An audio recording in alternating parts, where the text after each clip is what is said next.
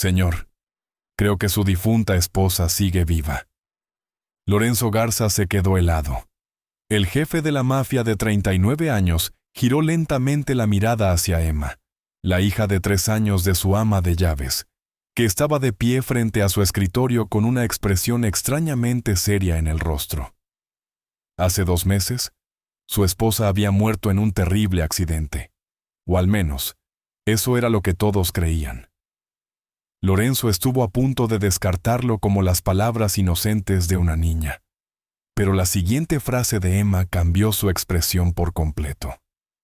Ayer por la tarde, cuando caminaba con mamá por la vieja estación del tren, dijo Emma con una voz pequeñita pero firme. La vi. Lorenzo no se movió. Su mano seguía apoyada contra el vaso de cristal sobre el escritorio. Hay una bodega detrás de las vías, continuó la niña. Esa que ya nadie usa. Tiene las ventanas rotas. Mamá dijo que debíamos caminar más rápido porque no es un lugar bonito. Pero yo miré, señor. Miré porque escuché algo. ¿Qué escuchaste, Emma? Una tosecita, como cuando estoy enferma y mamá me da té con miel. Tragó saliva. Sus manitas no se habían apartado de su pecho. Ella estaba ahí, detrás de la pared de la bodega. Delgada, señor, muy delgada. Su abrigo tenía un hoyo en la manga y sus zapatos no combinaban con su vestido. Miraba para todos lados, por encima del hombro, hacia un lado y luego al otro, como si tuviera miedo de que alguien la encontrara. Lorenzo dejó escapar el aire lentamente. No dejó que ella lo notara en su respiración, pero su rostro lo traicionó. Señor. La voz de Emma bajó un poco, como si entendiera sin que nadie se lo dijera, que esta era la frase que importaba. Su cara era igualita a la de la señora en esa foto. Levantó su pequeño dedo y señaló, sin girar la cabeza, hacia el marco de plata en la esquina del escritorio. Lorenzo soltó el vaso. Lo hizo con cuidado. De la misma forma en que un hombre baja un arma que no quiere disparar por accidente. Su voz, cuando finalmente habló, fue más suave de lo que cualquiera de los hombres en esa casa le había escuchado usar jamás. Viste a una mujer que se parecía a ella, Emma. Eso es todo. Una extraña. Hay muchas mujeres en esta ciudad, y a veces, 2 de ellas pueden parecer idénticas, especialmente de lejos, y sobre todo en medio de la lluvia. Emma negó con la cabeza. Sus manitas seguían apretadas contra su pecho, con los nudillos blancos de tanta fuerza. No estaba lejos, señor. Estaba parada cerca de la esquina, y me detuve, y la miré, y ella me miró a mí por un segundo, solo uno. Luego se escondió detrás de la pared. A veces los niños ven lo que quieren ver, especialmente cuando... Señor. Una sola palabra lo detuvo. Nunca había escuchado a una niña tan pequeña usar una palabra para hacer callar a un hombre adulto. Pero ella acababa de hacer exactamente eso. Los ojos oscuros de Emma no se habían apartado de su rostro. Lo miraba de la forma en que los niños miran cuando intentan, con todas sus fuerzas, que les crean. Una cosa más, susurró. Todavía no le digo la última parte. Su pequeño rostro buscó el de él, por si acaso decidía echarla. Luego, tomó aire y tomó su decisión. Junto a ella, dijo Emma, había un perro negro y grandote, y traía puesto un collar viejo de cuero. Los dedos de Lorenzo, que descansaban sueltos en el borde del escritorio, se paralizaron. El collar estaba mordido de las orillas, dijo ella, dibujando la forma en el aire con una mano. Como si un perrito lo hubiera mordido hace mucho tiempo y nadie hubiera querido arreglarlo. Y tenía una argolla de metal enfrente. Señor, justo donde se engancha la correa. Hizo una pausa. Pero la argolla estaba doblada, así. Dobló su dedito para mostrárselo, enganchándolo sobre sí mismo en una forma que ningún anillo recto haría por sí solo. Lorenzo dejó de respirar. Bruno. El nombre lo golpeó detrás de las costillas como un puño cerrándose alrededor de su corazón. El recuerdo llegó rápido, sin invitación, completo. Una tarde de verano, 6 años atrás. Bruno aún era un cachorro, flaco y torpe, con patas demasiado largas para su cuerpo. Isabela, riendo tan fuerte que tuvo que apoyarse contra el muro del jardín. El perrito había atorado su nuevo collar de cuero en el hierro forjado de la reja, tratando de perseguir a una ardilla que jamás habría alcanzado. Y había doblado la argolla delantera casi por completo, antes de que Lorenzo lo liberara. «Déjame comprarle uno nuevo», había dicho Lorenzo esa noche, sosteniendo el collar bajo la luz. Isabela se lo había quitado de las manos y había negado con la cabeza. «Se ganó este», había dicho sonriendo. «Deja que se lo quede». Nunca dejó que nadie lo reemplazara después de eso. Ni en 6 años. No había forma. No existía posibilidad alguna en este mundo de que una niña de 3 años, que jamás había puesto un pie fuera de la propiedad sin su madre, pudiera haber inventado ese detalle. Ninguna. Lorenzo se levantó de su silla. No lo hizo rápido. Se levantó como lo hace un hombre que comprende que los próximos minutos decidirán el rumbo del resto de su vida. Rodeó el largo escritorio de caoba, cuidando de no moverse demasiado rápido, cuidando de no romper el frágil hilo que acababa de poner en sus manos una niña que aún no entendía lo que le había entregado. Se detuvo frente a Emma y se hincó sobre una rodilla, poniendo su rostro a la altura del de ella. Su voz, cuando habló, fue más dulce de lo que cualquier hombre que trabajara en esa casa habría creído posible. «Emma», dijo, «escúchame. Necesito que seas muy valiente por mí ahora». El pequeño rostro de la niña se alzó hacia él. Serio. «¿Puedes mostrarme el lugar donde la viste? ¿El lugar exacto? ¿Detrás de las vías?» Ella lo pensó, mordiéndose el interior del labio de la forma en que lo hacen los niños pequeños cuando un adulto les pregunta algo importante. Luego asintió rápidamente. 2 veces. El pequeño saltito de una niña a la que se le ha pedido ser útil. «Sí, señor». 10 minutos después, Sofía estaba parada en la puerta del pasillo de servicio, con las manos apretadas fuertemente contra su delantal. Su rostro estaba pálido. Lorenzo se encontró con ella en el corredor, con el abrigo ya puesto. Emma estaba a su lado, diminuta bajo la alta sombra del marco de la puerta, con una mano metida en el bolsillo de su gastado suéter. «Sofía», dijo él. Su voz era más baja de lo habitual y más firme. «Necesito que Emma me acompañe un rato. No será mucho. Estaremos de vuelta antes de que anochezca». Los ojos de Sofía fueron primero hacia su hija y luego de vuelta a de él.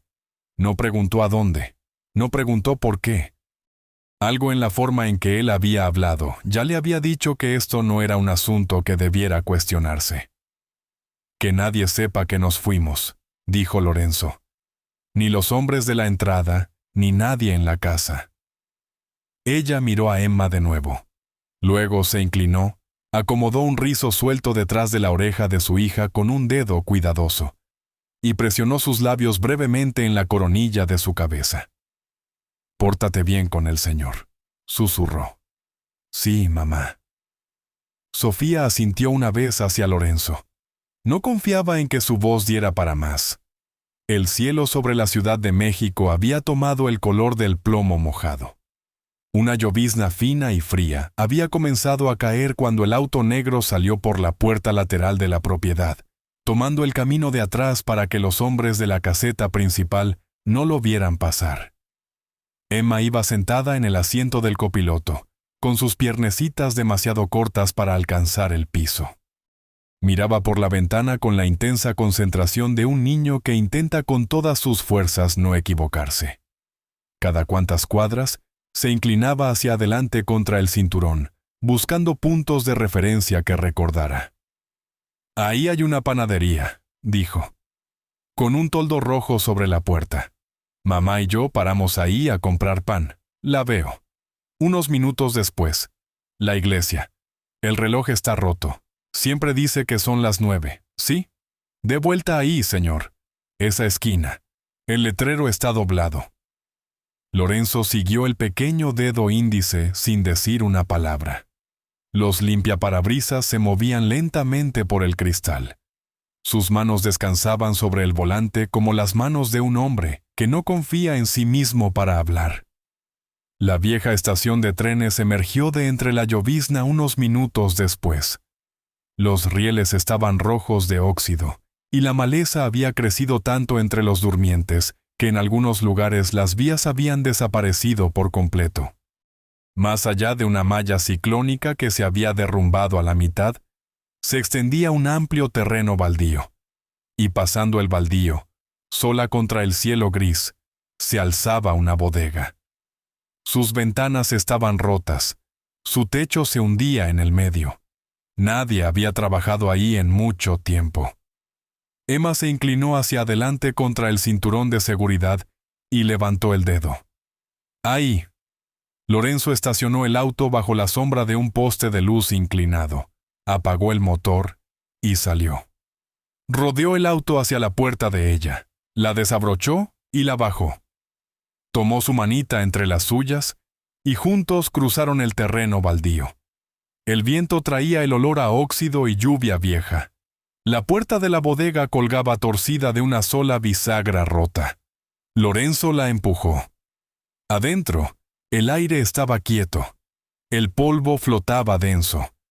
En algún lugar de las vigas, una paloma salió volando de su escondite y batió sus alas 1, 2 veces antes de acomodarse de nuevo.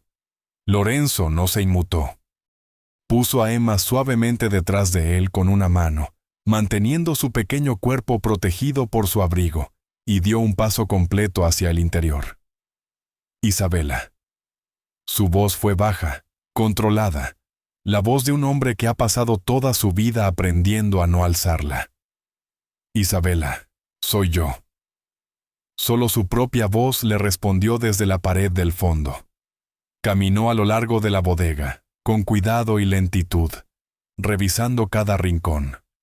Detrás de cada pila de cajas astilladas, de una tubería oxidada, de un montón de lonas tiesas por el agua vieja, de un tambo de aceite roto y tirado de lado. Nada. Ningún movimiento, ninguna respiración, ninguna cosa viva. Su mano se tensó una vez a su costado, y luego se relajó deliberadamente por primera vez desde que Emma había entrado a su despacho. Un pensamiento frío lo presionó. Tenía 3 años. Los niños veían lo que querían ver. Los niños escuchaban una tos en el sonido del viento colándose por los cristales rotos. Quizás la mujer solo se parecía a Isabela. Quizás el perro había sido una coincidencia, un callejero de cualquiera de los callejones cercanos a las vías. Quizás la argolla doblada había sido un truco de la luz sobre un trozo de alambre ordinario. Lorenzo se detuvo en medio de la bodega vacía y dejó que el silencio le respondiera. Se volvió hacia la puerta y fue entonces cuando lo escuchó. Un rasguño, suave, proveniente de detrás de la pila de cajas rotas al fondo de la bodega. Luego, un gemido bajo y dudoso. El sonido de un animal que no estaba seguro de si debía salir o quedarse escondido. Lorenzo se quedó inmóvil. Detrás de él, la manita de Emma se cerró alrededor del puño de su camisa y no lo soltó. Lentamente, de la sombra entre las cajas, emergió una figura. 4 patas flacas hasta los huesos. Una caja torácica estrecha subiendo y bajando demasiado rápido. Un hocico grisáceo por el polvo. Y alrededor del cuello, medio enterrada en el pelaje negro enmarañado, una tira de cuero marrón gastado con una pequeña argolla de metal al frente, doblada. El perro se detuvo en medio del piso de concreto y levantó la cabeza. Los dos se miraron a través de 3 metros de espacio muerto. ¡Bruno! La voz se le quebró al pronunciar el nombre. Las orejas del perro se levantaron. Su cola se movió una vez, luego otra, y luego comenzó a barrer el polvo detrás de él en un ritmo lento e incrédulo. Dio un paso hacia adelante, luego otro, y entonces los últimos 2 meses se derrumbaron de golpe y echó a correr. Lorenzo cayó de rodillas sobre el frío piso de concreto y abrió los brazos. Bruno chocó contra él sin frenar. Lo atrapó contra su pecho con una fuerza que no había usado en semanas. Sintió las costillas bajo el pelaje enredado. Sintió los temblores. Sintió la nariz húmeda empujando bajo su mandíbula, como para estar seguro, absolutamente seguro, de que este era el hombre correcto. Detrás de él, Emma permanecía sin moverse. Había vuelto a cruzar sus manitas frente a ella, y sus ojos brillaban, pero no dio un paso adelante. Entendía, de esa forma silenciosa en que a veces lo hacen los niños, que este momento les pertenecía a ellos dos, y no a ella. Cuando Lorenzo finalmente levantó la cabeza, sus ojos habían cambiado. Se puso de pie lentamente. Bruno se apretó contra su pierna y no se apartó, como si le aterrara que el hombre pudiera desvanecerse de la misma manera en que su ama se había desvanecido. «Quédate cerca de mí», le dijo Lorenzo a la niña detrás de él. Emma asintió una vez, en silencio. Él comenzó a buscar de nuevo. Esta vez, buscó de otra manera. Ya no era un hombre caminando por una bodega vacía con la esperanza de encontrar a su esposa. Era un hombre leyendo una habitación, de la misma forma en que su padre le había enseñado a leer una habitación cuando aún era un niño sentado en un taburete, junto a un escritorio en un despacho muy parecido al suyo. «Busca lo que no pertenece aquí, hijo. Que no tiene razón de estar aquí. Que ha intentado esconder a alguien, o ha olvidado esconderlo suficientemente bien». Cerca de la pared del fondo, medio oculta en la sombra de un pilar de hierro oxidado, la vio. Una vieja cobija de lana, doblada 2 veces, colocada sobre unos cartones aplanados para suavizar el piso.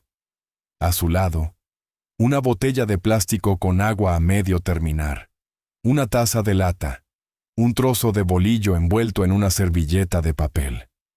Alguien había estado durmiendo aquí recientemente. Se arrodilló junto a la cobija, y entonces lo vio.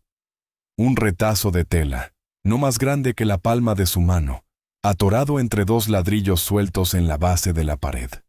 Color crema, bordado en una orilla con pequeñas flores azules a lo largo del dobladillo. Conocía ese patrón. Había visto a Isabela enrollarse esa bufanda alrededor del cuello en 100 noches frías. En la puerta de la casa, en la puerta del auto, en la puerta de cada restaurante del que alguna vez salieron juntos. Su mano se cerró alrededor de la tela, la levantó hacia la pálida luz gris y se la apretó contra el rostro sin pensar. Aún conservaba el rastro más tenue de su perfume, enterrado bajo el polvo y la lluvia, pero estaba ahí, inconfundiblemente ahí. Debajo de la cobija doblada, algo brilló. Hizo a un lado la bufanda y levantó el borde de la lana. Una cadena de plata, oscurecida por el óxido, pero conocía cada eslabón. La había elegido él mismo en una pequeña tienda del centro histórico hace 12 años. Se la había abrochado en el cuello a Isabela la mañana de su boda, en la sacristía de la iglesia, antes de que ninguno de los dos hubiera pronunciado un solo voto. Su mano temblaba mientras la levantaba hacia la luz. Ella había estado aquí. Ella estaba viva. Apretó el collar dentro de su puño y lo presionó contra su pecho durante un largo momento. No habló. No se movió. Solo inhaló y exhaló hasta que el temblor de su mano comenzó a pasar. Luego, guardó cuidadosamente la bufanda en el bolsillo interior de su abrigo. Deslizó la cadena a su lado y levantó a Bruno en sus brazos. El perro casi no pesaba nada. Caminó hacia la puerta sin mirar atrás. Emma lo siguió en silencio, con su manita entrelazada con la de él. El viaje de regreso a casa transcurrió en silencio. Emma se había subido al asiento trasero y se había acurrucado contra la puerta. En cuestión de kilómetros, toda la extraña y fría tarde la había alcanzado, y se quedó dormida con su pequeño rostro pegado al cuero. Bruno estaba acostado en el tapete del piso a los pies del copiloto, con la cabeza apoyada en la punta del zapato de Lorenzo. De vez en cuando, abría los ojos, comprobaba que Lorenzo seguía ahí detrás del volante, y volvía a cerrarlos. Lorenzo conducía con ambas manos en el volante y no decía nada. La lluvia había cesado. Las calles de la periferia se deslizaban por el parabrisas en un borrón de luces grises y amarillas, pero él no miraba nada de eso. Dentro de su pecho, una sola pregunta había comenzado a arder. Si ella estaba viva. Si había estado viva todo este tiempo. Entonces, ¿por qué?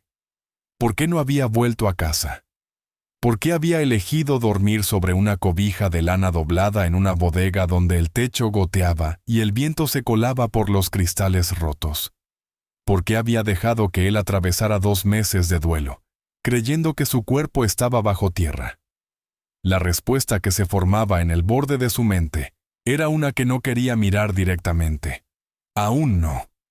Porque la respuesta significaba que, en algún lugar, alguien a quien ella le había temido más que a la muerte misma, seguía allá afuera. Y ella había juzgado que esa persona estaba demasiado cerca de él como para arriesgarse a volver. Tomó una lenta bocanada de aire y forzó sus ojos de vuelta al camino. Las puertas de la propiedad se abrieron a su señal. Lorenzo desvió el auto del camino principal y tomó la estrecha vía de servicio alrededor del costado de la propiedad, apagando el motor en la profunda sombra del muro este, donde los hombres de la caseta principal no lo verían.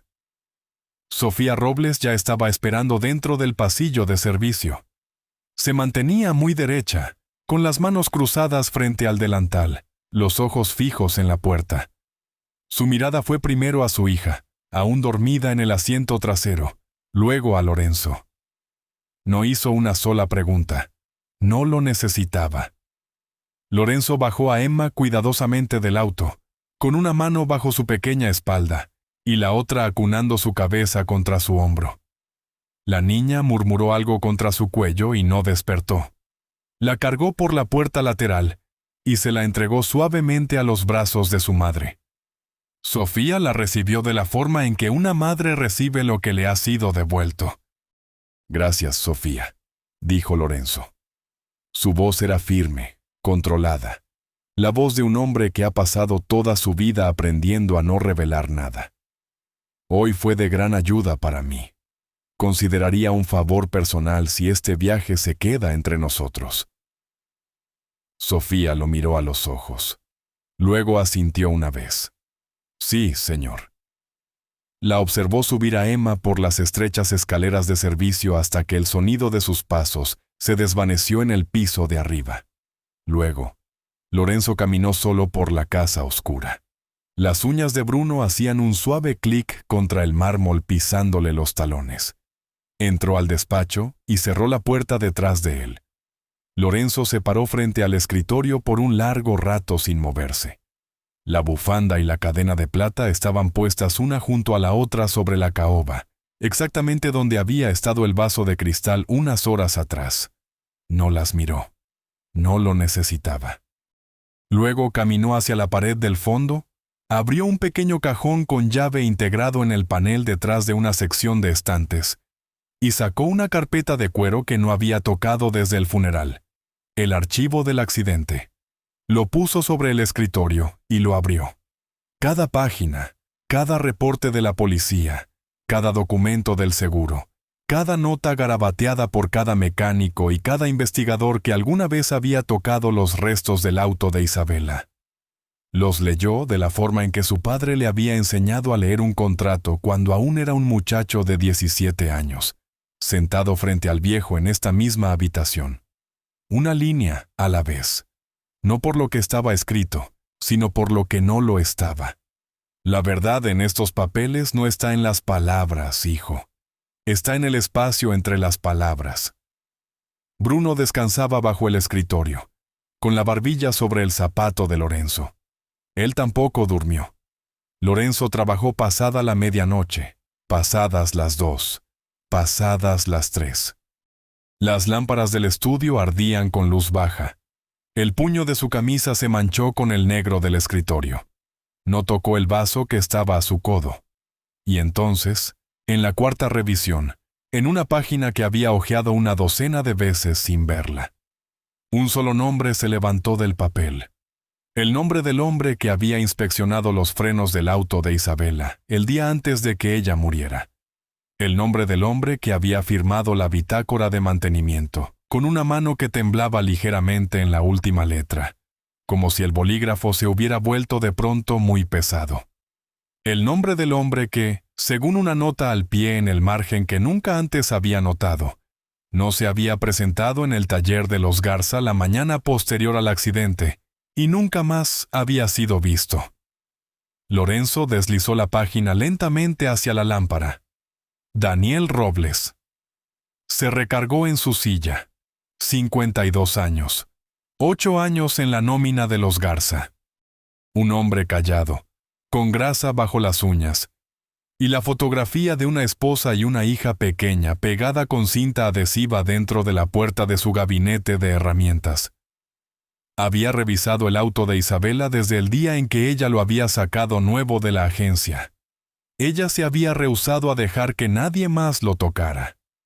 Lorenzo hojeó más profundo en el archivo. La mañana después del choque, el jefe del taller había reportado la desaparición de Daniel. Su casillero estaba vacío. Su caja de herramientas no estaba. Su tarjeta de asistencia no había sido checada.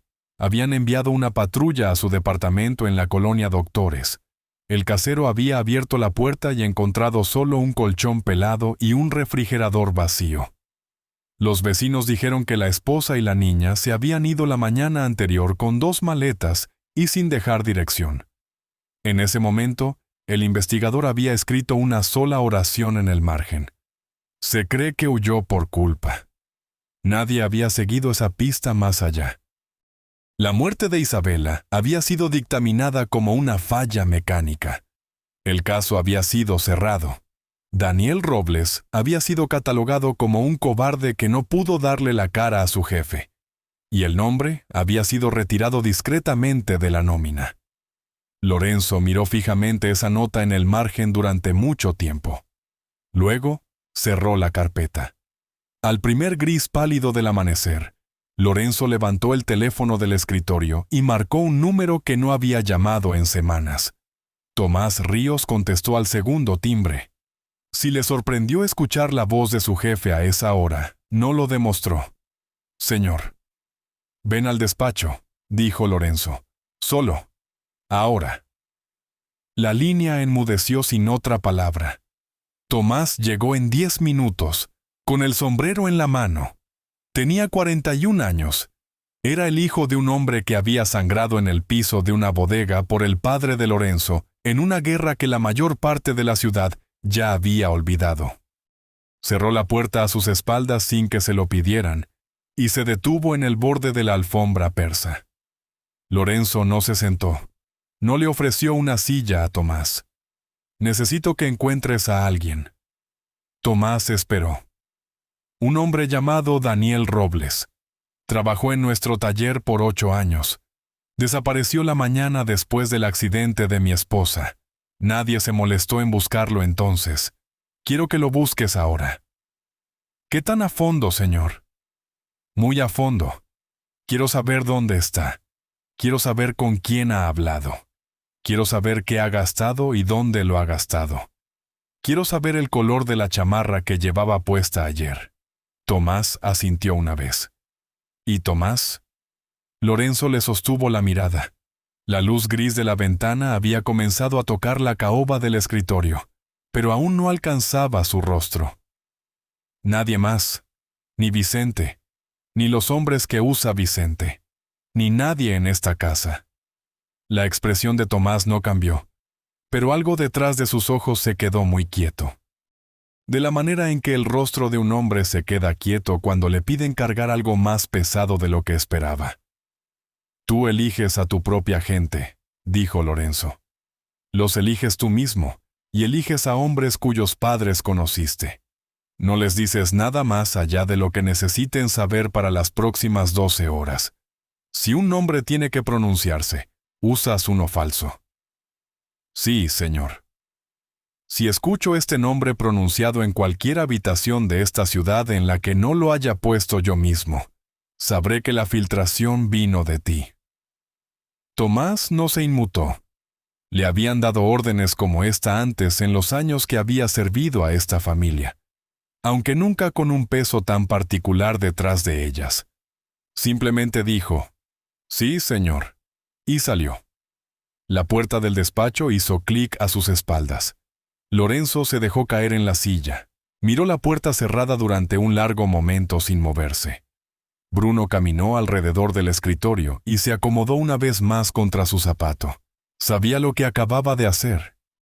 Había cortado a Vicente Morales, su mano derecha por 15 años. El hombre que se había parado a su lado en el funeral de su padre. El hombre que había levantado una copa en su boda, aislándolo de una operación dentro de su propia casa. La sospecha no era nueva.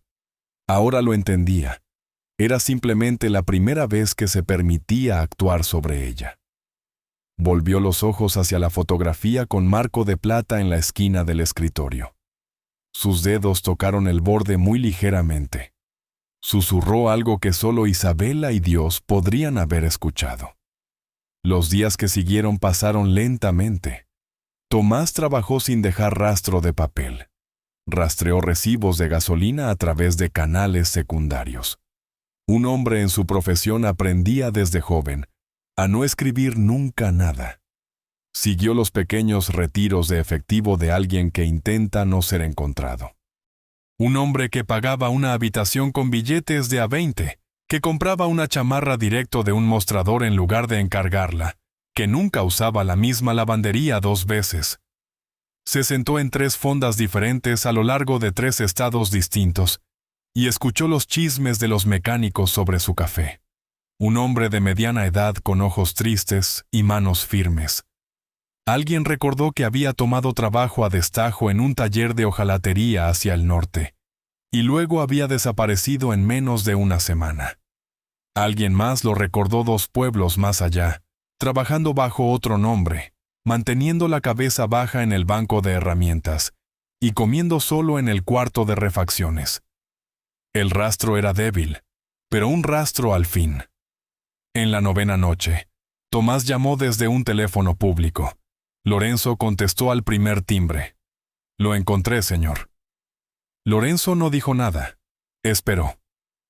Hay un paradero de camiones en la carretera estatal, pasando la presa, a 2 horas de aquí. Una pequeña fonda al frente, el taller detrás. Está trabajando ahí bajo el nombre de Daniel Montes. ¿Estás seguro? Lo vi cenar. Come en la parte de atrás. Nunca se sienta junto a la ventana. Nunca levanta la cabeza cuando entra un auto. Es él, señor. Lorenzo bajó el teléfono lentamente. Se levantó de la silla. Tomó su abrigo del gancho junto a la puerta y una pistola del cajón del escritorio, y caminó hacia el auto solo. Estaba a punto de abrir la puerta del conductor, cuando un sonido bajo a la altura de su rodilla lo detuvo. Bruno estaba parado del lado del copiloto, mirándolo hacia arriba con ojos oscuros y firmes. Lorenzo dudó. Luego, le abrió la puerta. El perro saltó al interior sin hacer ruido y se acurrucó en el cuero del asiento del pasajero, como si hubiera viajado en ese auto todas las noches de su vida. La carretera estatal salía de la ciudad y se adentraba en una zona de campos largos y planos y oscuras líneas de árboles.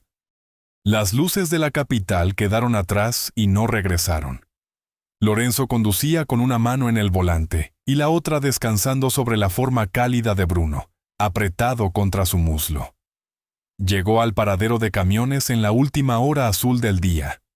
El lugar era poco más que una fonda y un taller de concreto chaparro, situado lejos de la carretera detrás de 2 bombas de gasolina muertas.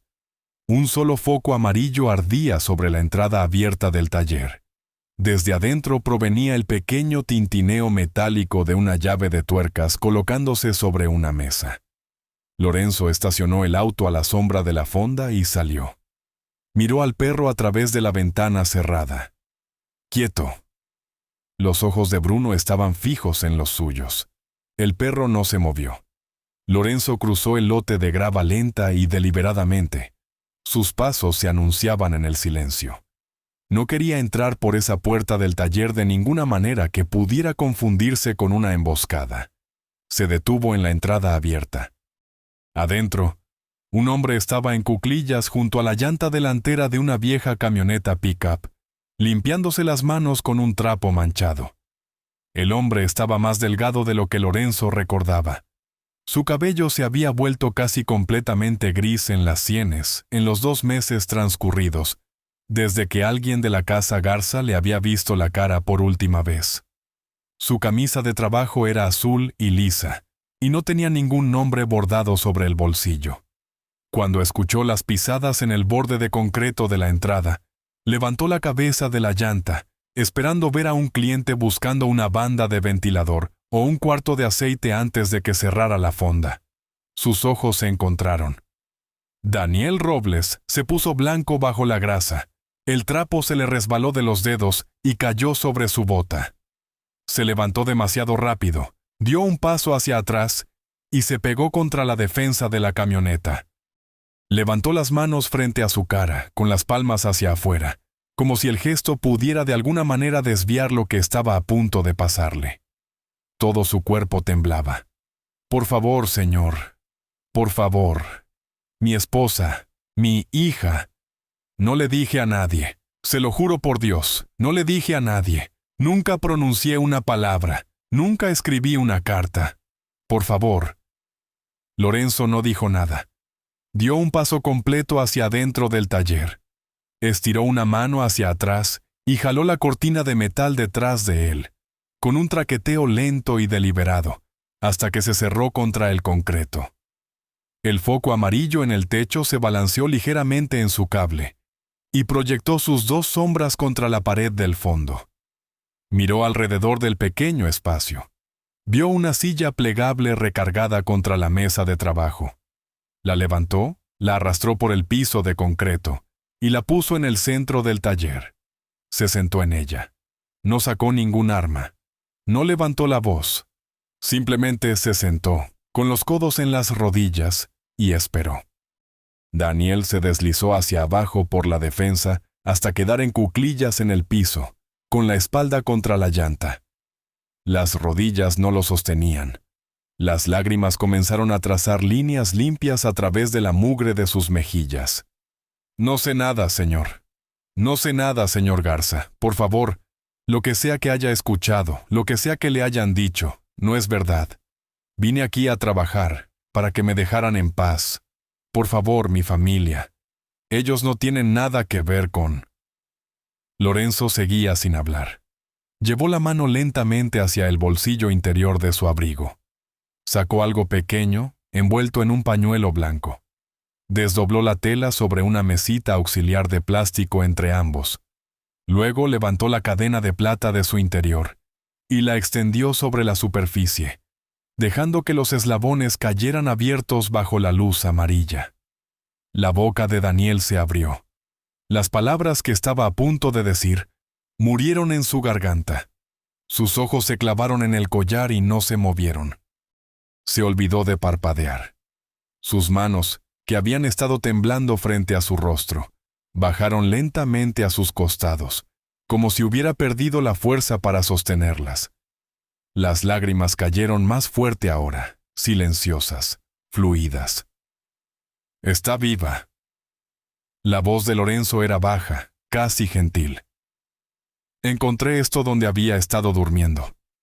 Hizo una pausa, dejando que las palabras se asentaran. «Necesito que me cuentes todo, Daniel, desde el principio». Los dedos de Daniel se levantaron del suelo, temblorosos, estirándose. Tocó la cadena de la forma en que un hombre podría tocar el rostro de un fantasma, esperando a medias que sus dedos la atravesaran. Cuando en lugar de eso se cerraron alrededor de la plata fría, un sonido brotó de él, que no era del todo un sollozo, ni del todo una palabra. Asintió.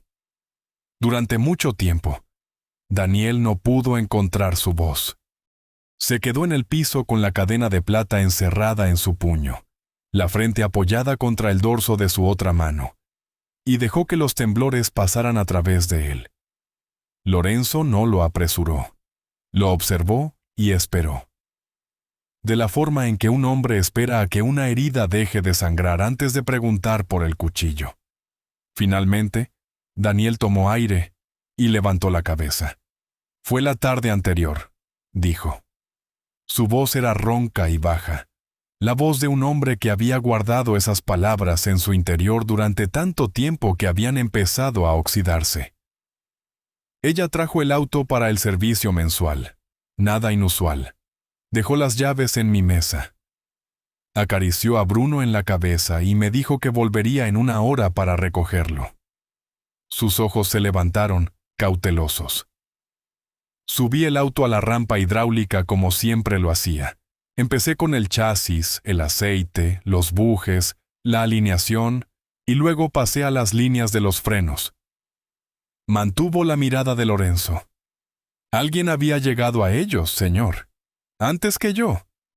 Esa misma mañana, tal vez la noche anterior.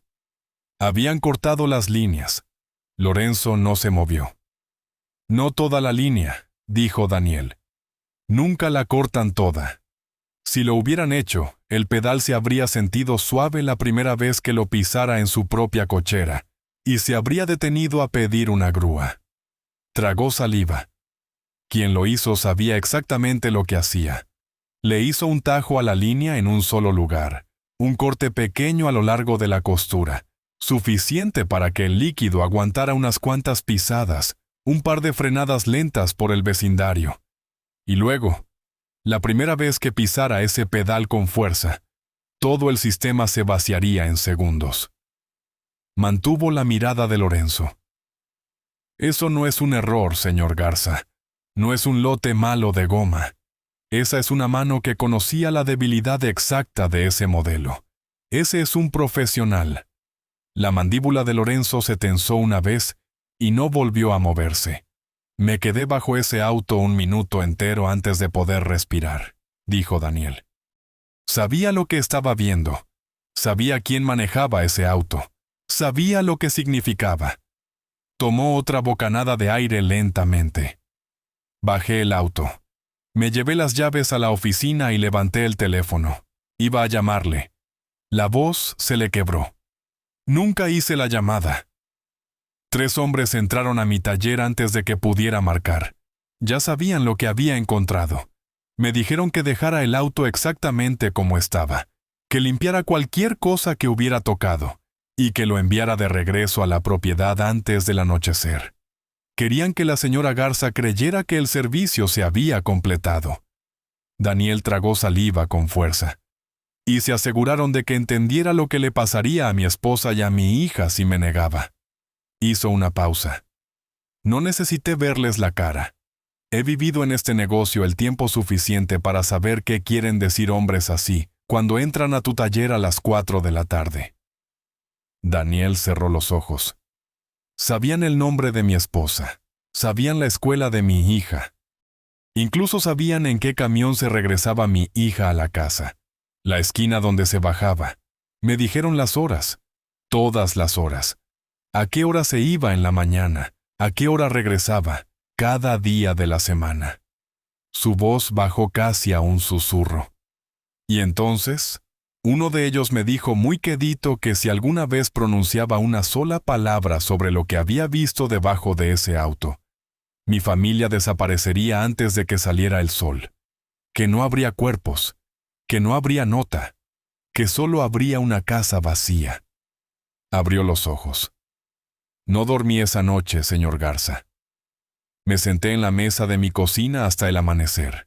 Miraba la ventana, miraba la puerta. Puse la fotografía de mi hija frente a mí y peleé contra mí mismo. Tomó aire. Pongo a Dios de testigo de que peleé contra mí mismo. Miró hacia la cadena cerrada en su puño. Y perdí. Daniel se limpió las mejillas con el dorso de una mano sucia. No pareció notar la mancha de grasa que dejó a su paso. Para cuando salió el sol, ya había tomado una decisión diferente a la que ellos querían de mí. Sus ojos pasaron de Lorenzo hacia una distancia media que solo él podía ver. No podía advertirle. Sabrían si levantaba un teléfono. Sabrían si me acercaba a su portón. Pero no me habían dicho que no podía seguirla. Hizo una pausa. Así que me puse la chamarra. Le dije a mi esposa que sacara a nuestra hija de la escuela esa mañana y manejara hasta la casa de su hermana sin detenerse. Y me subí a mi vieja camioneta. Me estacioné a 2 cuadras de su propiedad y esperé. Su mano se abría y cerraba lentamente alrededor del collar. Salió poco después de las 9.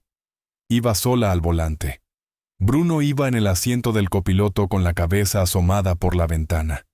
Me metí al carril 3 autos detrás de ella, y me quedé ahí, lo suficientemente lejos para que nunca me viera por el espejo. Lo suficientemente cerca por si el pedal fallaba, yo estaría ahí. Tomó aire temblando. Tomó la carretera hacia Valle de Bravo, la misma ruta de siempre.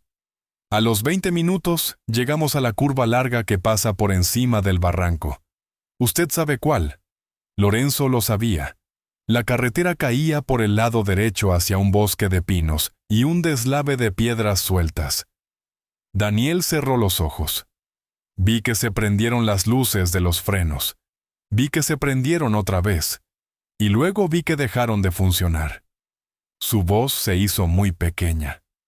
El auto atravesó la barrera de contención como si fuera papel. Por un largo momento, ninguno de los dos habló. El foco amarillo zumbaba sobre sus cabezas. No recuerdo haber frenado mi camioneta, dijo Daniel. Recuerdo haber corrido. Recuerdo haberme tirado por la orilla apoyándome en manos y rodillas. Recuerdo las hojas de pino. El auto estaba de lado, recargado a medias contra un árbol.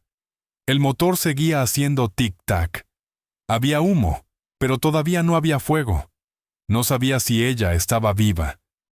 No sabía si estaba a punto de sacar el cuerpo de su esposa de esos fierros retorcidos. Abrió los ojos. Estaba despierta. Su voz se cortó.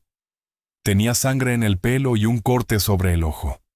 Supe, por la forma en que se agarraba el costado, que tenía las costillas rotas. Pero sus ojos estaban abiertos. Me miró. Me reconoció. Susurró mi nombre. Dijo: Daniel. Le cortaron los frenos, ¿verdad?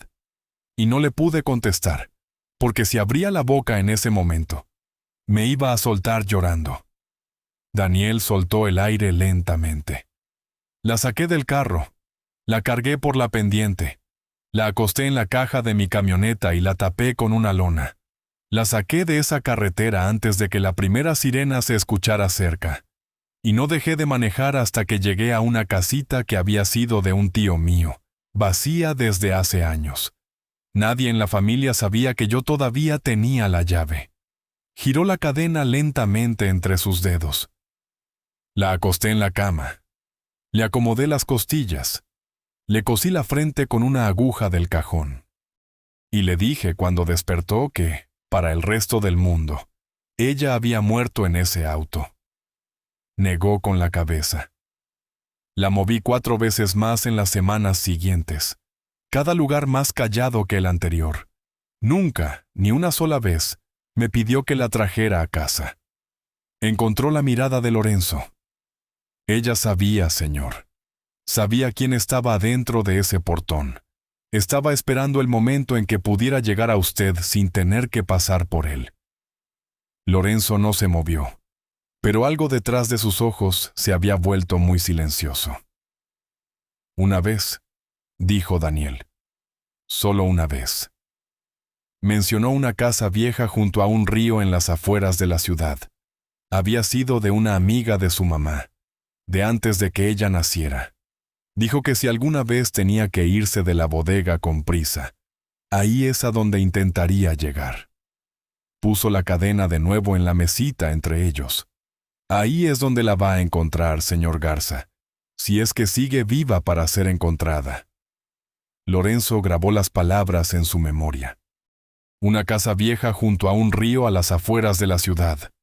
Una amiga de su madre de hace mucho tiempo. Era suficiente. Tendría que ser suficiente. Se levantó de la silla plegable sin decir una palabra. «Levántate, Daniel». El mecánico se le quedó mirando. «No te vas a quedar aquí, señor.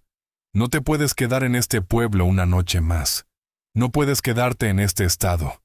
Si amenazaron a tu familia hace 2 meses, siguen vigilando a tu familia ahora. Y en el instante en que entré a este taller, te convertí en un hombre muerto».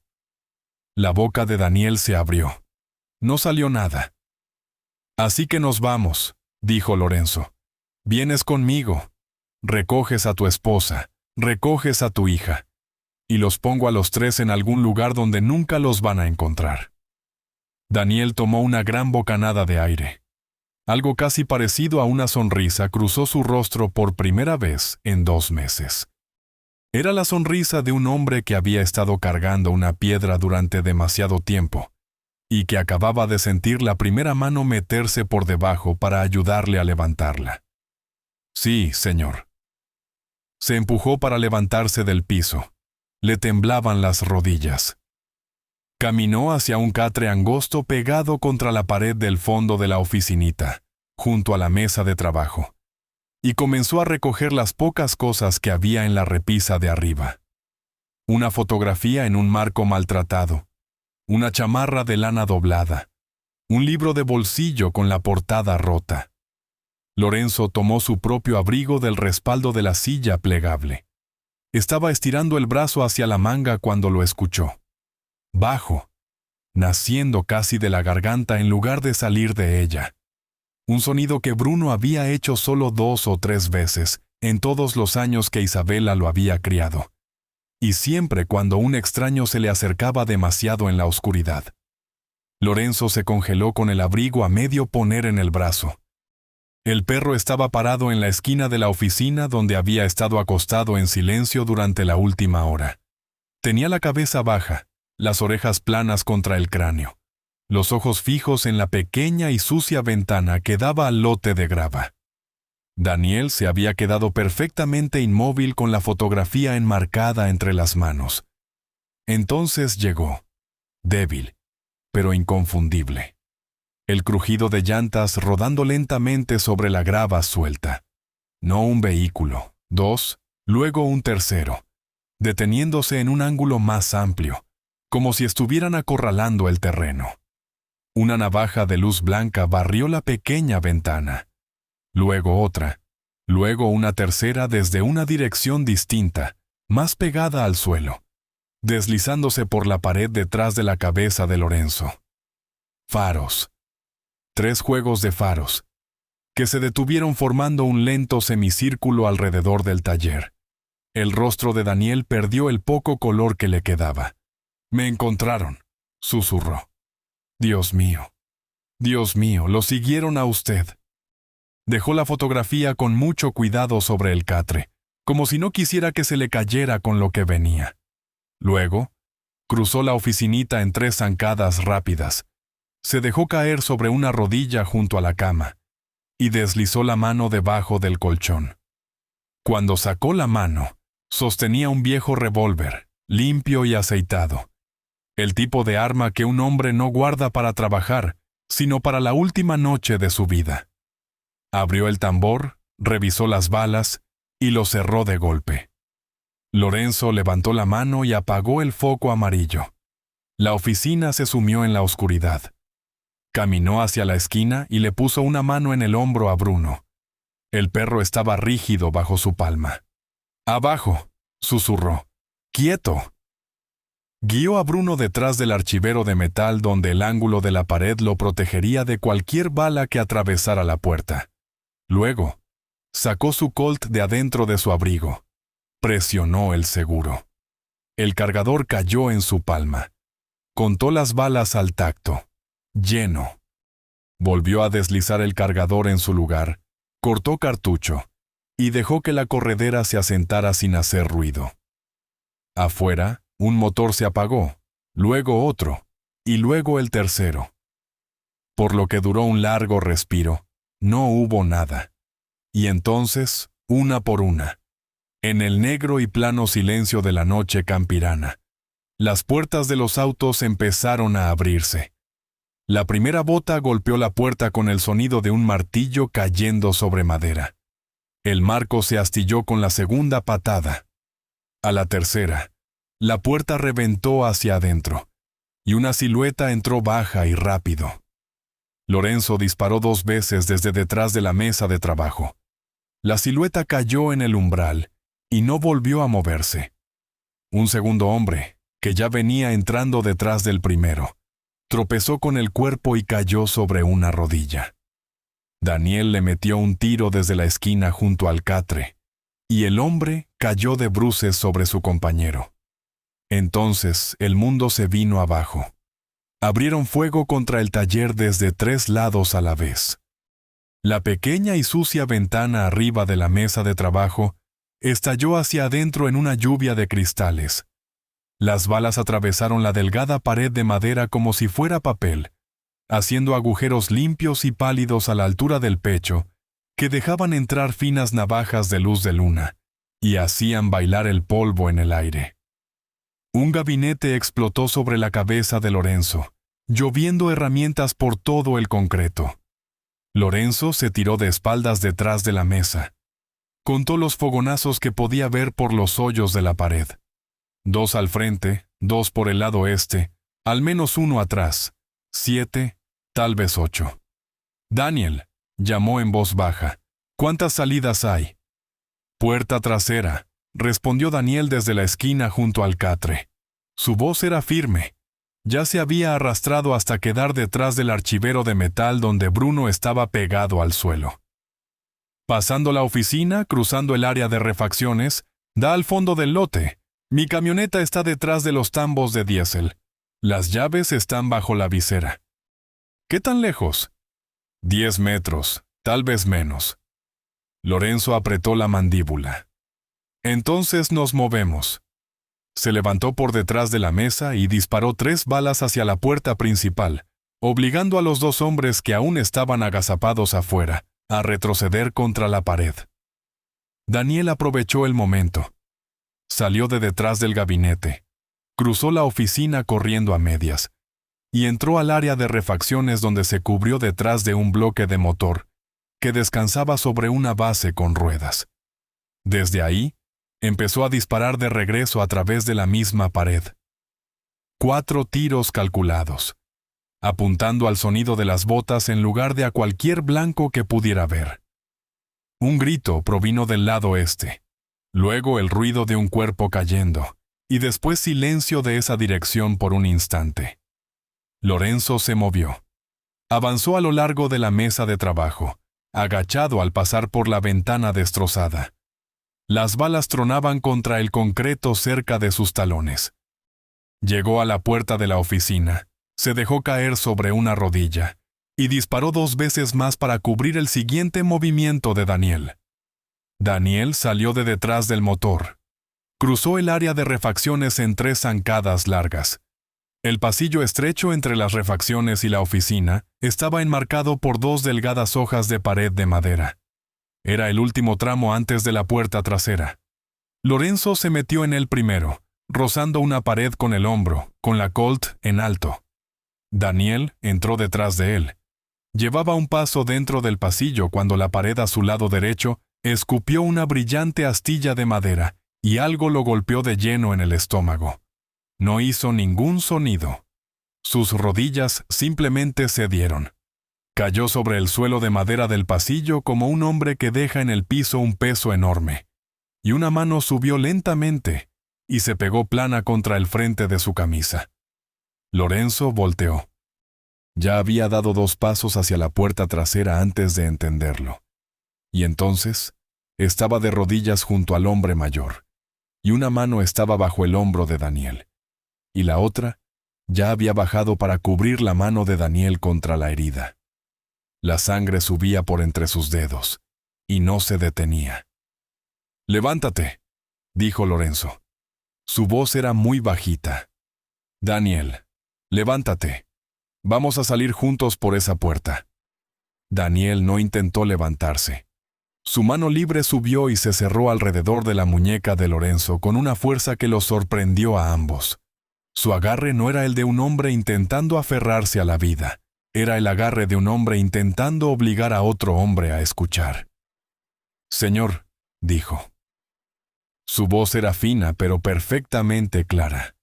Su piel había tomado el color del papel viejo, pero sus ojos, en la luz tenue que entraba por los hoyos de la pared, estaban firmes, y brillaban, y estaban fijos en el rostro de Lorenzo con una calma que le hizo un nudo en el pecho a Lorenzo. «Señor, míreme». Lorenzo lo miró. «No voy a salir por esa puerta con usted», dijo Daniel. «Usted lo sabe, yo lo sé. Cada segundo que pase intentando levantarme, es un segundo que los hombres de afuera se acercan a ese muro trasero». Lorenzo apretó los dientes. No contestó. «Váyase», dijo Daniel. «Vaya a buscarla. Dígale que cumplí mi palabra». Soltó la muñeca de Lorenzo y estiró el brazo por el piso del pasillo, hacia un bulto largo envuelto en hule, que estaba metido en la base de la pared más alejada. Lo jaló hacia él. El hule cayó, revelando una escopeta, vieja, pero bien cuidada. La madera oscura por los años de uso. La arrastró hasta su regazo. Sus manos bombearon el mecanismo con la seguridad de un hombre que había crecido con un arma como esa antes de crecer con cualquier otra cosa. Miró a Lorenzo una vez más. «Váyase ahora», dijo. «Mientras todavía pueda pararme entre ellos y esa puerta por un buen rato». Lorenzo no se movió. Miró al hombre mayor en el piso, la mancha extendiéndose bajo la palma pegada a la camisa, la escopeta atravesada sobre las dos piernas inútiles, los ojos que habían visto a Isabela salir viva de un auto destrozado, y habían decidido, en una carretera sobre un barranco, levantarla en lugar de correr en dirección contraria. Lorenzo bajó la mano. Apretó el hombro de Daniel una vez, con fuerza. «Ve con Dios, Daniel», dijo. Luego se volteó y se movió. Cruzó los últimos metros del pasillo agachado. Bruno fluyó junto a su rodilla como una sombra negra arrancada de la oscuridad. La puerta trasera del área de refacciones abría a una franja de grava. 3 tambos de diésel estaban formados contra la pared exterior, y más allá, la silueta baja de la vieja camioneta pick-up. Lorenzo empujó la puerta con el cañón de la Colt, esperó un respiro y luego salió de frente y por lo bajo. Detrás de él, en la parte frontal del taller, la escopeta habló. Fue un sonido como el de una mano partiendo toda la noche en 2. Una vez, luego otra, luego una tercera. Más profundo y más cerca. Mientras los hombres de la puerta principal intentaban abrirse paso al interior y eran repelidos, escuchó un grito a través de la pared. Escuchó botas patinando en la grava. Ya estaba en la camioneta. Jaló y abrió la puerta del conductor. Bajó la visera. Las llaves cayeron en su palma. 2 siluetas dieron la vuelta a la esquina del edificio. Lo vieron. Gritaron. Apuntaron. Lorenzo disparó una vez a través de la ventana abierta del conductor. Uno de ellos cayó. Disparó de nuevo mientras se arrojaba hacia el interior de la cabina, y el segundo se aventó de lado a la grava. Bruno brincó pasando sus piernas y se aplastó contra el piso. El motor prendió al primer intento. Lorenzo dio el volantazo y la camioneta coleó hacia atrás, derrapando sobre la piedra suelta. Las balas perforaron la caja, luego la ventana trasera, y luego pasaron de largo mientras la camioneta libraba la esquina de la fonda y tomaba la carretera a toda velocidad. Detrás de él, en la oscuridad, la escopeta habló 2 veces más. Luego, no volvió a hablar. Lorenzo no bajó la velocidad. No miró atrás. Manejó hacia la oscuridad con las manos blancas apretando el volante, y un perro negro y silencioso presionado contra su pierna. Y llevaba consigo las últimas palabras de un hombre que nunca olvidaría. Manejó durante el resto de la noche sin detenerse. La carretera estatal se convirtió en un camino de 2 carriles cortado entre largas hileras de pinos. No pasó a ningún otro coche. La camioneta olía a aceite, a la sangre en su puño y al tenue calor polvoriento del perro apretado contra su muslo. Bruno no durmió. Su cabeza se mantuvo levantada lo justo para que sus ojos pudieran mirar el camino por el parabrisas junto a su amo. Lorenzo manejaba y pensaba en una sola cosa: una casa vieja junto a un río a las afueras de la ciudad. Una amiga de su madre de hace mucho tiempo. Isabela le había hablado de un lugar así, solo 1 o 2 veces, tomando una copa de vino en una tarde de verano hacía años, cuando le platicaba sobre los veranos de su niñez. Un puente de madera, una curva en el agua donde las garzas se paraban entre los juncos, una hilera de cabañas chaparritas que una viuda rentaba a las familias de la capital en julio. Creía que podría encontrarlo. Tenía que hacerlo. El cielo empezó a levantarse sobre su hombro izquierdo. No un amanecer, solo la lenta y gris insinuación de uno. Las copas de los árboles a lo largo de la cordillera se aclaraban. Los pinos pasaron de ser sombras negras a sombras grises, a sombras con bordes. Salió de la carretera pavimentada hacia una brecha de terracería que bajaba por un bosque de encinos hacia el río. La camioneta brincaba sobre los baches. Cruzó un puente de madera con el barandal roto. Tomó una curva muy larga. Y ahí, hacia la derecha, donde los árboles eran menos espesos, las vio. Una corta hilera de cabañas, medio hundidas por la maleza crecida, con los techos pandeados. Casi todas las ventanas oscuras y abiertas como bocas. Lorenzo bajó la velocidad de la camioneta a paso de hombre. Bruno se paró en el asiento. El perro había estado en silencio durante horas sin hacer un sonido. Ahora estaba de pie, con las patas delanteras apoyadas contra el tablero, todo su cuerpo apuntando hacia adelante como la aguja de una brújula, encontrando el norte verdadero. Un sonido bajo salió de lo profundo de su pecho. No un gruñido esta vez. Algo más suave. Algo que Lorenzo no había escuchado de él en 2 meses. Lorenzo orilló la camioneta sobre el pasto y apagó el motor. Bruno ya estaba fuera de la cabina en el instante en que la puerta se abrió. Tocó el suelo corriendo a ras de tierra, con la cola nivelada, y atravesó directo el pasto alto y húmedo hacia la última cabaña de la hilera, la que estaba más escondida entre los álamos. Lorenzo corrió tras él. Su corazón le golpeaba por dentro de las costillas con tanta fuerza que podía sentirlo en los dientes.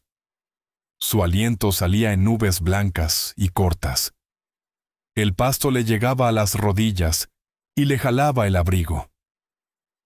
No despegaba los ojos de la sombra negra del perro que le iba abriendo camino. La cabaña era pequeña, de madera grisácea, con un techo de tejas cubierto de musgo, y un solo escalón chueco que subía a una puerta de tablas, a la que ya casi no le quedaba pintura. Bruno llegó al escalón antes que Lorenzo. No frenó. Subió al porche de un solo salto, plantó sus patas delanteras contra la puerta y empezó a rasguñar.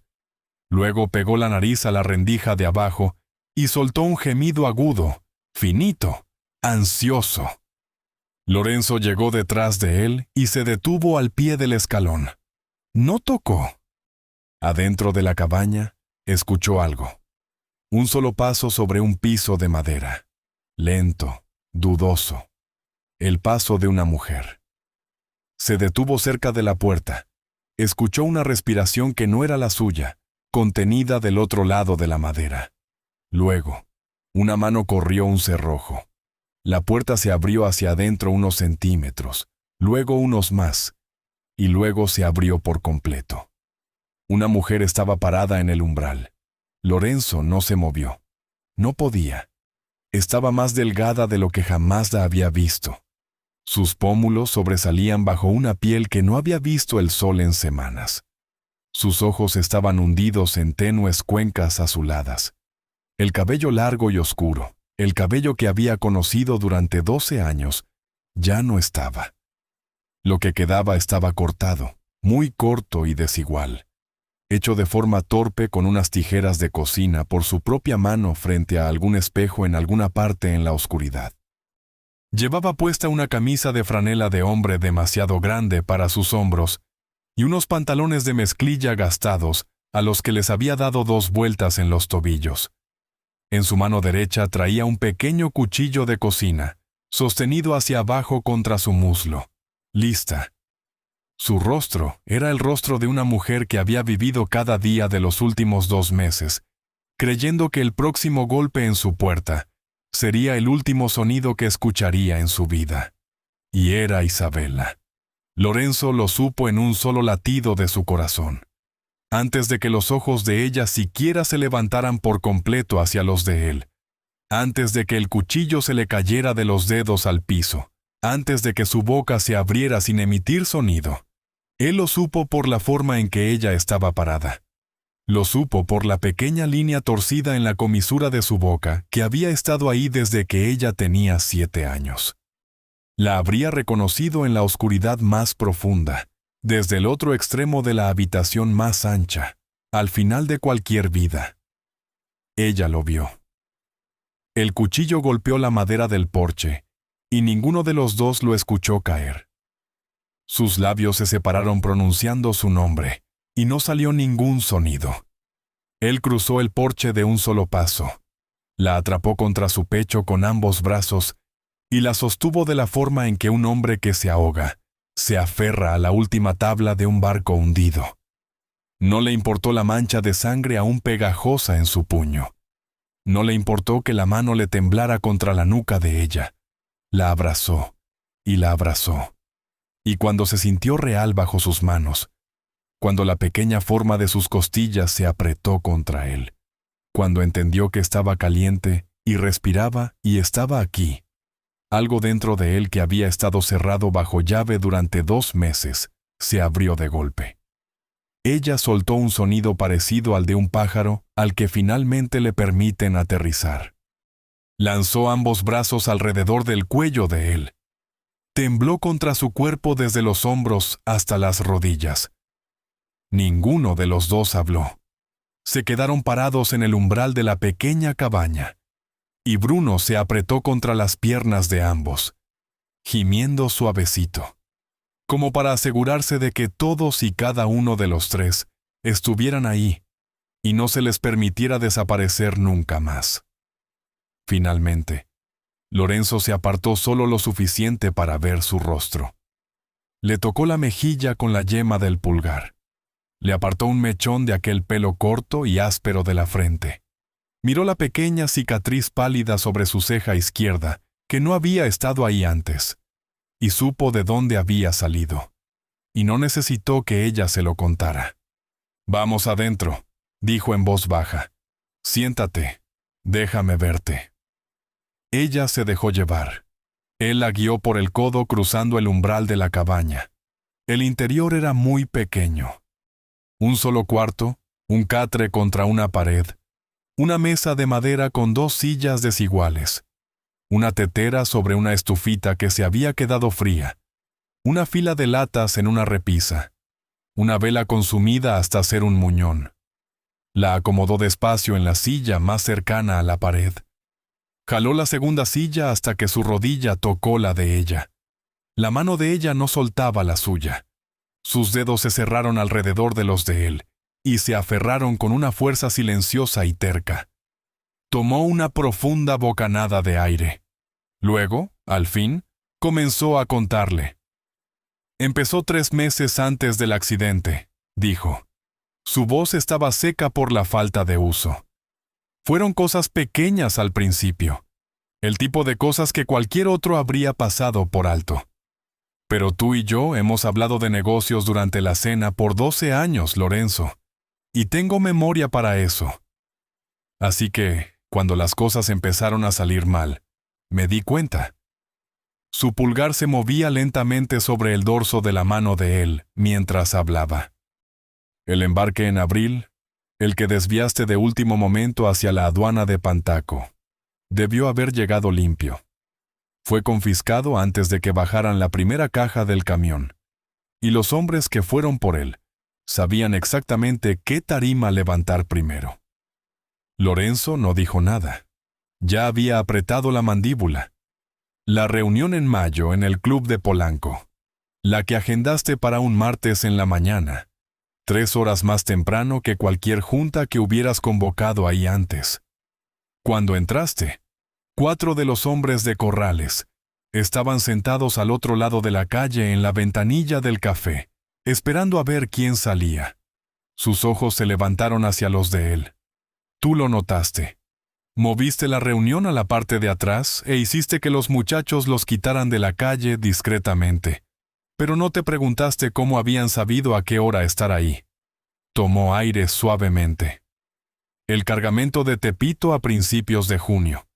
La cuenta que se cerró sola 2 días antes de que fueras a intervenirla.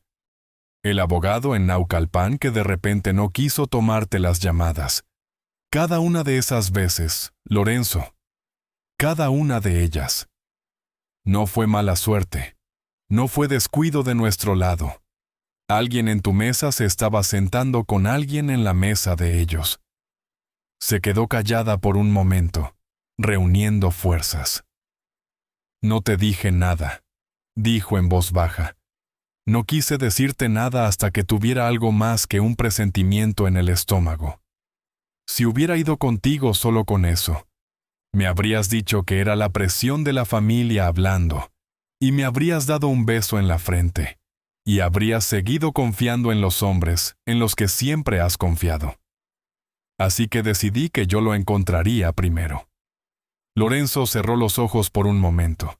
Los volvió a abrir. Asintió una vez lentamente. Entendía. Empecé con los libros contables, dijo ella. Los del despachito de arriba. Los que llevaba tu padre y que tú llevaste después de él. No toqué nada que pudieras notar que se había movido. Solo leía de madrugada después de que te quedabas dormido. Rastreé las transferencias, cada cuenta, cada depósito que salía de las propiedades Garza, y terminaba en una compañía que yo no conocía. Copié los números, copié las fechas. Empecé a llevar una libretita propia en un cajón que solo yo abría. Y me senté en un coche, 3 tardes distintas, del otro lado de la calle de un hotel en Santa Fe, viendo quién llegaba y quién salía. Levantó los ojos hacia él de nuevo. Al principio, había 3 posibilidades. 3 hombres que podrían haber movido tanta información. Para la última semana, solo quedaba uno. Vicente. Su voz no tembló cuando pronunció el nombre. Vicente Morales. Lorenzo se quedó muy quieto. La palabra aterrizó en medio del pequeño cuarto y no se fue. Sintió cómo se asentaba en su pecho con el peso lento y frío, de algo que había sabido durante semanas, sin permitirse saberlo. Vicente. 15 años de Vicente. Vicente parado a su lado en el funeral de su padre. Vicente levantando la copa la noche de su boda.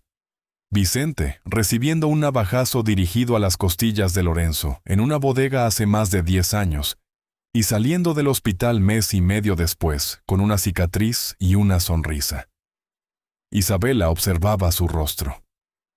Tampoco quería que fuera él, dijo bajito. Me quedé mirando las hojas durante 3 noches antes de permitirme creerlo. Podía buscarle explicación a cualquier otro nombre, al suyo no. Sus dedos se apretaron contra la mano de él. Las cuentas que usaba no estaban a su nombre, claro. Estaban a nombre de una empresa fachada registrada en las Bahamas, y esa empresa era de otra empresa registrada en Panamá, y el dinero entraba y salía por un banco pequeño en Zúrich. Pero 3 de las fechas de depósito coincidían exactamente con las mañanas siguientes a esas juntas filtradas. Y 2 de las transferencias de salida coincidían en día y cantidad con los honorarios pagados a 2 hombres que luego descubrimos que estaban en la nómina de Salvador Corrales. Hizo una pausa. La última tarde, me quedé afuera de ese hotel en Santa Fe, Lorenzo. Vi a Vicente entrar por una puerta lateral. Traía puesto el abrigo azul oscuro que le regalaste el invierno pasado. Subió al 4º piso. Salvador Corrales se vio ahí con él. Se quedaron adentro de esa suite por 1 hora y 11 minutos. La otra mano de Lorenzo se había cerrado lentamente en un puño contra su muslo. Les estaba dando todo, dijo ella. Los embarques, las rutas, los nombres, las horas. Y a cambio, Corrales le estaba pagando en esa cuenta en Zúrich y le había prometido algo más. Algo de lo que el dinero era solo el principio. Su voz bajó. Después de que tú no estuvieras, Vicente iba a heredar lo que quedara de las operaciones de la familia Garza bajo la protección de Corrales. Controlaría la capital como el capitán de Corrales de nombre, y como su propio jefe en todo lo que importaba. 15 años de cuidarte la espalda eran el precio de entrada. Ese era el plan. Lorenzo no habló. Ya le estaba dando vueltas en la cabeza. Ya estaba repasando los últimos meses de su vida, reunión por reunión, y viendo la cara de Vicente en cada mesa donde había habido una filtración. Ya estaba recordando la manera en que Vicente lo había mirado hace 3 semanas en el despacho, cuando Lorenzo había levantado su vaso hacia la fotografía de Isabela, y había dicho en voz alta que no creía que estuviera muerta. Vicente había sonreído. Vicente le había puesto una mano en el hombro. Vicente había dicho, «Jefe, déjela descansar». Demasiado tranquilo, siempre demasiado tranquilo. El sonido llegó a ellos en el peor momento exacto. Un zumbido bajo a través de los árboles. Distante al principio, tan débil que casi podría haber sido el río entre los juncos. Luego se hizo más profundo. Luego se multiplicó. Un motor se convirtió en 2. 2 se convirtieron en más. Isabela estaba de pie antes de que Lorenzo terminara de levantar la cabeza. Cruzó el pequeño cuarto sin hacer ruido y pegó la espalda contra la pared junto a la ventana. Levantó una esquina de la cortina con un solo dedo.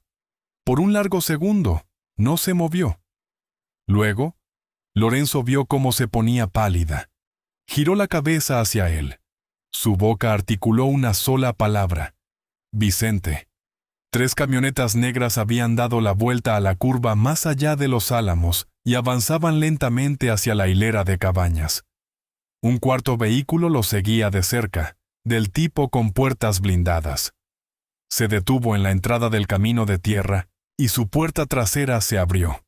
Un hombre mayor, corpulento, bajó y se acomodó las mangas del abrigo con la calma de un hombre que había hecho ese trabajo durante 40 años. Salvador Corrales en persona, caminando tan lejos de la ciudad. Ese no era un mandado que un jefe como Corrales hiciera a menos que tuviera la intención de ver algo terminado con sus propios ojos. La respiración de Isabela temblaba contra el hombro de Lorenzo. «¿Cómo?», susurró. «¿Cómo nos encontró?». Lorenzo ya lo sabía. La camioneta pick-up, sus movimientos. En algún momento de las últimas 12 horas, se había hecho una llamada desde un teléfono al que Vicente tenía acceso.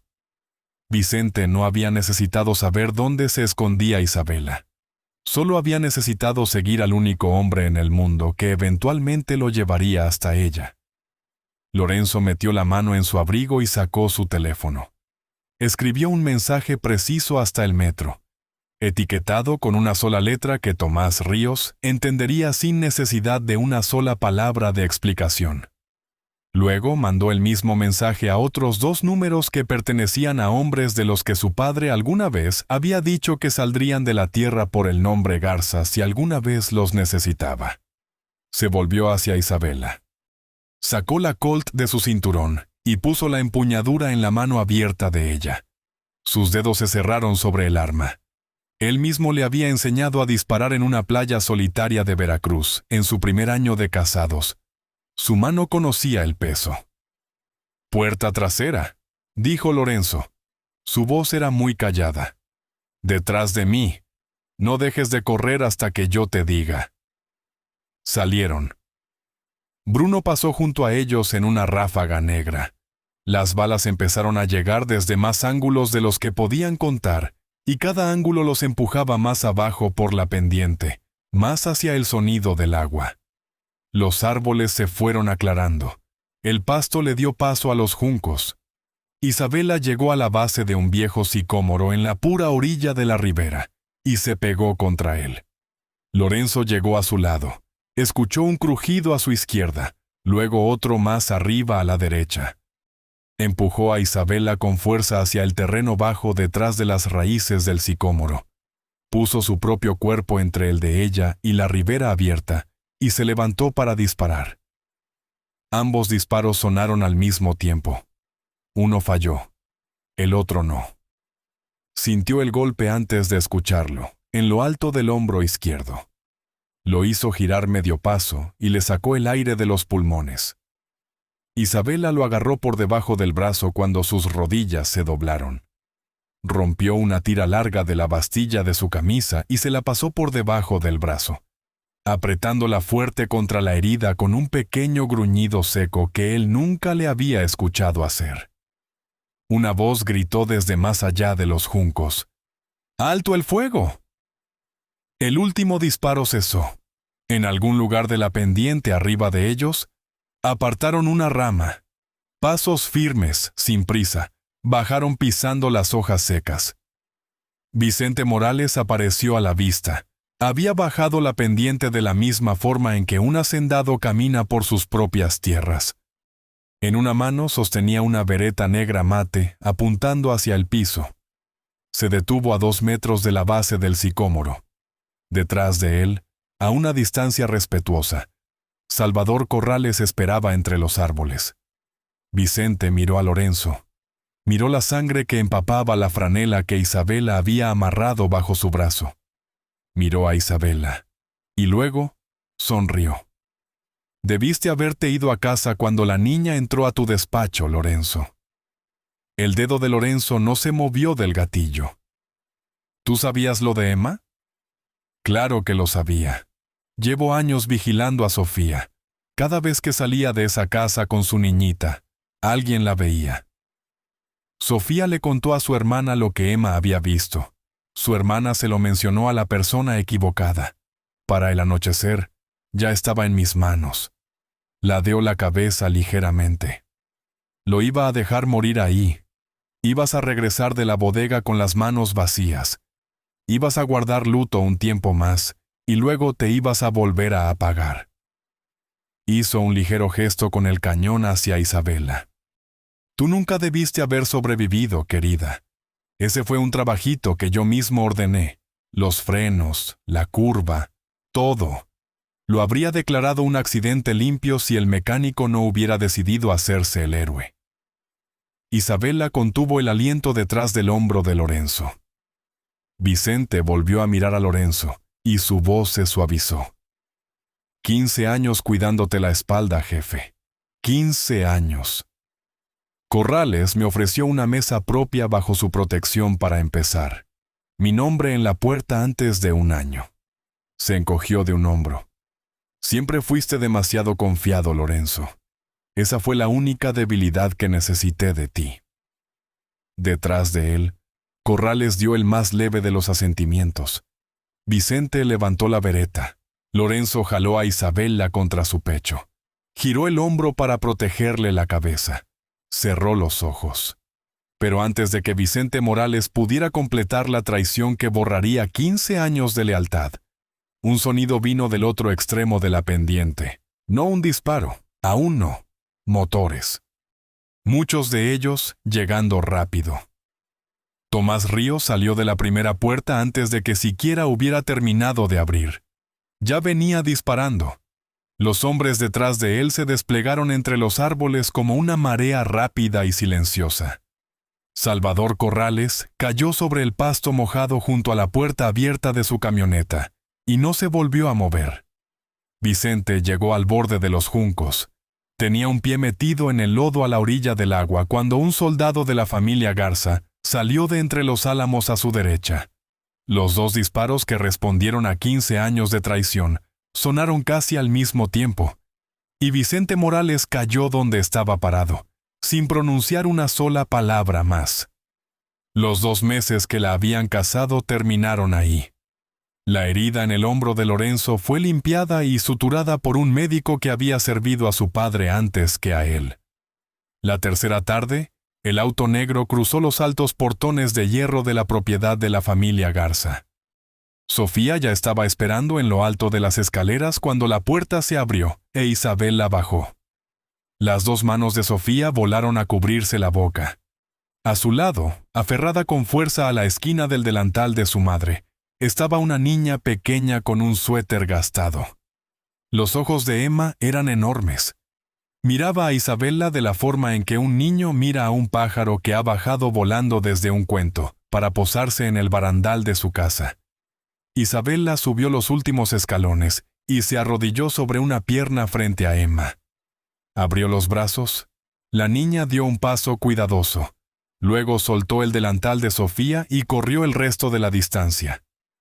«Me trajiste de vuelta a él, chiquita», le susurró Isabela en el cabello. «Me trajiste de regreso a él». Esa noche, por primera vez en 2 meses, la ventana de la esquina en el segundo piso de la casa se llenó de una cálida luz amarilla. Lorenzo llamó a Sofía al despacho una mañana y puso un sobre en el escritorio entre ambos. Adentro estaban las escrituras de una pequeña casa a 3 calles de distancia a nombre de ella, junto con los papeles que arreglaban un ingreso mensual para el resto de su vida. La educación de Emma, desde el kinder privado que comenzaría en otoño, hasta cualquier universidad que algún día la aceptara, sería pagada en su totalidad por la familia Garza, por el tiempo que ella quisiera estudiar. Sofía se sentó y lloró sin vergüenza. Cuando intentó darle las gracias, Lorenzo simplemente negó con la cabeza. «No es un regalo», dijo en voz baja. «Es lo que su hija se ganó». Llegó el invierno. La chimenea se encendió en el despacho por primera vez en la temporada. Lorenzo estaba sentado detrás del gran escritorio de caoba, pero no estaba solo. Isabela estaba hecha bolita en el sillón de terciopelo con un libro en el regazo, con los pies en calcetines recogidos bajo ella. Emma estaba acostada boca abajo en la alfombra con una caja de colores regada a su alrededor, dibujando algo con mucha concentración. Bruno estaba echado a todo lo largo junto a ella. Una de sus patas descansaba protectoramente sobre la orilla de la hoja de papel de la niña. En la pared sobre la chimenea, donde un solo marco de plata había estado antes en el escritorio, ahora colgaba el retrato de su boda. La luz del fuego se movía suavemente sobre el cristal. A veces, las verdades que todo un imperio de poder no alcanza a ver son las que una voz pequeñita trae consigo al cruzar la puerta. A veces, los que nos salvan no son los fuertes, ni los que están armados, ni los más astutos. A veces, son aquellos a los que casi no notamos en absoluto. Una niña con las manos apretadas al pecho. Un perro que se rehusó a olvidar un aroma. Un hombre callado en el taller de un pueblo, que una mañana decidió, sobre un barranco, levantar a una extraña de un auto destrozado en lugar de seguir de largo. Escucha a las voces pequeñas en tu vida. A menudo están cargando ese pedazo de verdad que te ha estado haciendo falta. Ahora nos encantaría escucharte a ti. ¿Desde qué ciudad o país estás escuchando esta historia esta noche? Déjanos un comentario abajo para saberlo, y cuéntanos, con el corazón en la mano, ¿qué momento de esta historia se quedó más contigo? ¿Fue la pequeña niña en el despacho con las manos apretadas contra el pecho? ¿Fue el mecánico en el pasillo con la escopeta sobre las rodillas? ¿O fue la puerta de la cabaña abriéndose para revelar a una mujer que el mundo entero creía perdida? ¿Hay alguien en tu propia vida? ¿Alguien callado y que a menudo pasa desapercibido? ¿Que alguna vez te trajo una verdad que necesitabas escuchar? Nos encantaría leer tu historia en los comentarios. Tus palabras son leídas y de verdad importan. Si esta historia tocó algo dentro de ti, por favor tómate un momento para suscribirte a nuestro canal. Toca el botón de me gusta y comparte este video con alguien que ames, para que más corazones puedan ser alcanzados cada semana por historias como esta. A cada alma que nos escucha esta noche, les deseamos mucha salud, paz en su hogar y una vida que se vuelva un poquito más dulce y más cálida con cada día que pasa. Gracias por quedarte con nosotros hasta el final. Hasta pronto y nos vemos en la próxima historia.